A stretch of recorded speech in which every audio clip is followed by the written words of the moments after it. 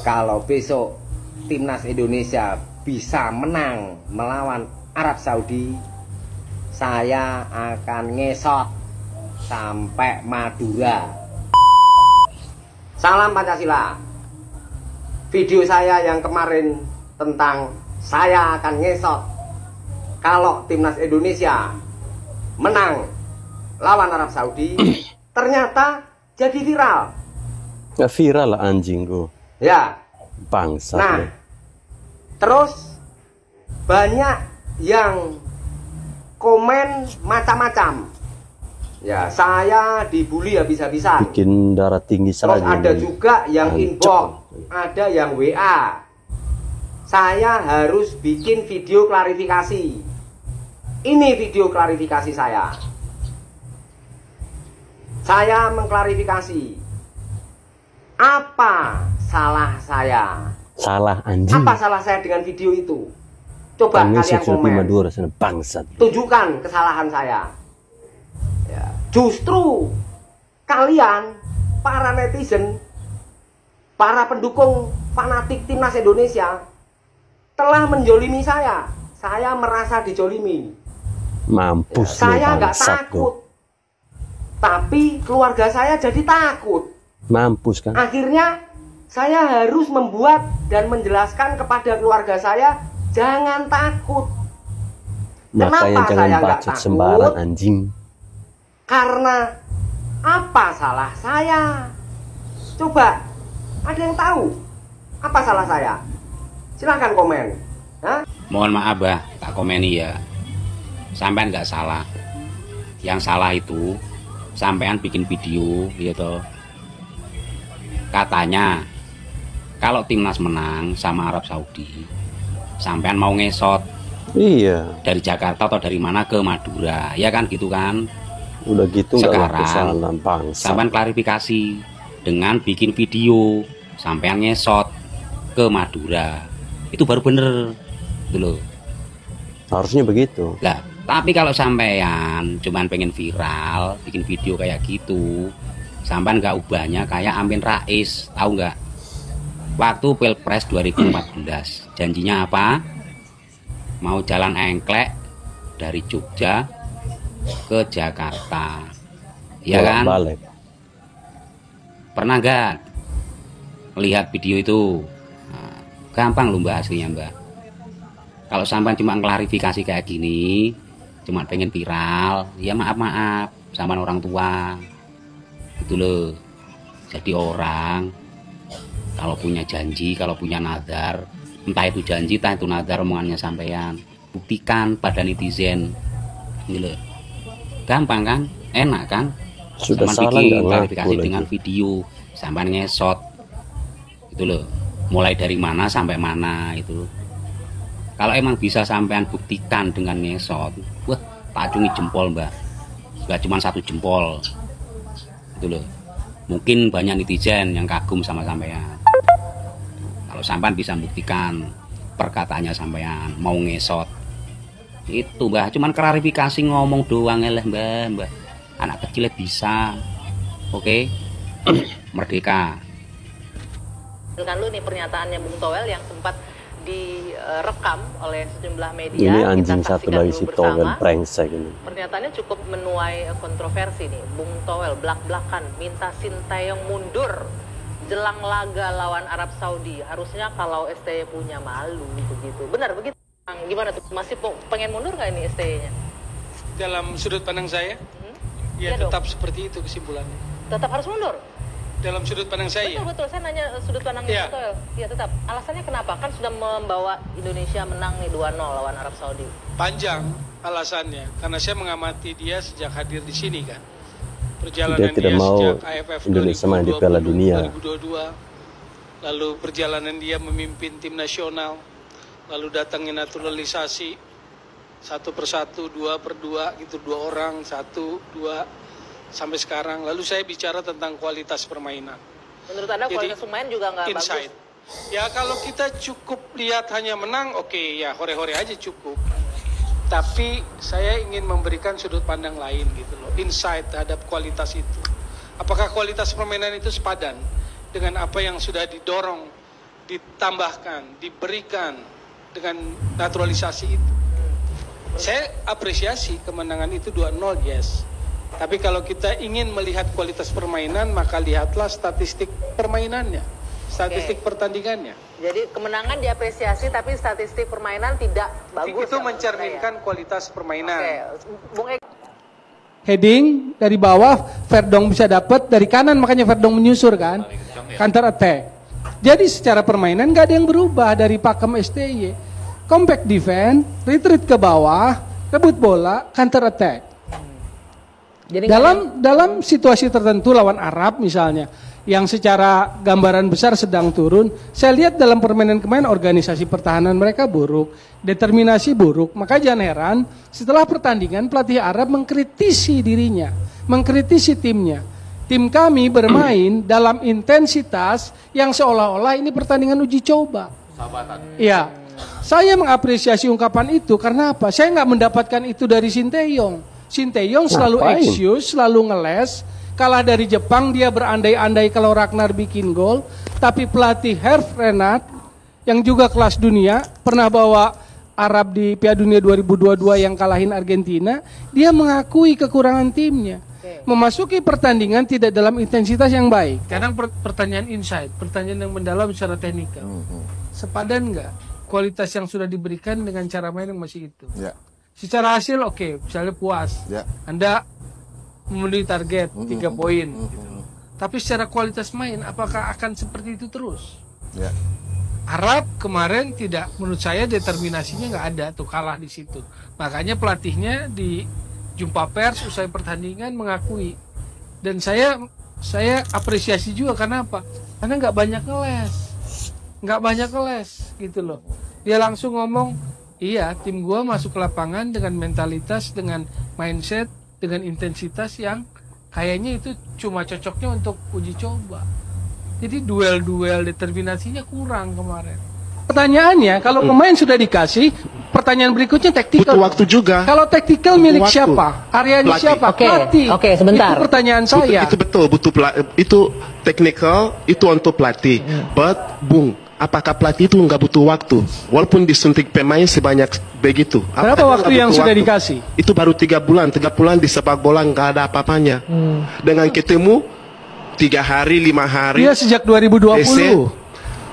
Dia sejak 2020. Ada peningkatan kan? Lah makanya itulah Dari 2020. analisis kita dalam menilai sebuah kinerja kepelatihan. Justru sepak bola Indonesia hire dia supaya prestasi timnasnya naik di segala level, mau AFF, mau AFC maupun. Ya teman-teman, saya heran ya. Pertama-tama tentu saya mau mengomentari soal klarifikasi yang disampaikan oleh si brengsek peci merah tadi. Dia sampaikan salah saya apa? Bahkan dia bilang dia harus memberitahukan kepada keluarganya dia, tidak perlu takut. Ini menurut saya anjing banget ya. Sudah salah tetapi tidak mau mengakui kesalahannya. Kesalahannya kamu yaitu kamu tidak ngesot.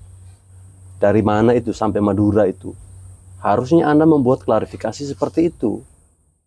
Bukan malah Anda merasa Anda diancam, di WA ke sini ke sana. Bukan seperti itu. Bukan klarifikasi seperti itu yang kami tunggu.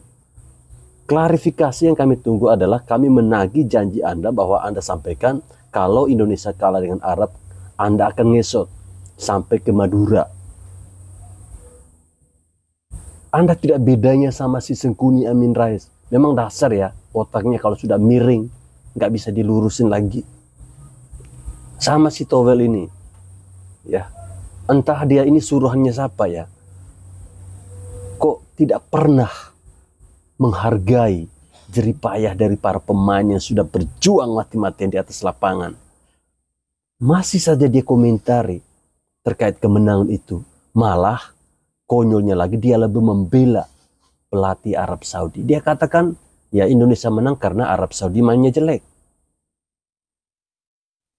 Pertanyaan saya, kalau misalnya tadi dia berbicara soal statistik, ya kemenangan saya hargai, tapi statistiknya jelek. Pertanyaan saya untuk Anda, Towel brengsek, anjing kau lihat sini nih. Pertanyaan saya untuk Anda, Towel ini. Kalau misalnya statistik Indonesia bagus kemudian kalah melawan Arab Saudi, apalagi yang mau kau sampaikan? Apalagi? Anjing, apalagi?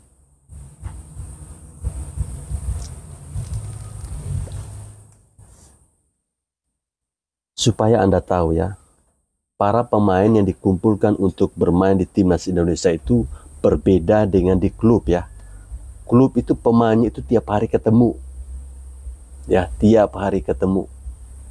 Jadi saya sepakat apa yang disampaikan oleh Greg Nokolo tadi. Pelatih boleh sama. Ya, pelatih boleh dia selama itu. Tapi pemain ini kan baru kumpul, langsung bertanding. Emang bisa menjaga chemistry seperti itu? Belum tentu. Kamu ini kok merasa pintar tetapi kelihatan bodoh sekali. Saya heran ya, TV-TV yang masih mengundang dia ini sebenarnya maksudnya untuk apa? Bukannya membahas terkait kemenangan, panggil orang-orang yang bisa menjaga kebahagiaan masyarakat Indonesia terkait dengan kemenangan timnas Indonesia ini. Bukan Anda memanggil si Towel brengsek ini nih. Yang menurut saya harus dinaturalisasi menjadi warga negara Bahrain. Itu lebih cocok buat si Towel brengsek ini. Bikin kesal saja teman-teman. Masih saja dikasih panggung ya. Manusia-manusia brengsek seperti ini. Saya sebenarnya tidak mau untuk buat konten tentang si Towel. Tapi ketika orang lagi beryuforia kemenangan Indonesia atas Arab Saudi, dan bahkan ini sejarah loh Indonesia menang melawan Arab Saudi. Tapi orang ini apa? Seperti dia ini bukan warga negara Indonesia. Ya, seperti dia bukan warga negara Indonesia. Keturunan mana sih si Towel ini? Keturunan mana ya? Ada yang tahu nggak? Nangis kan lo? Mampus lo. Muka kayak anjing lo tahu ini. Bikin kesal saja teman-teman.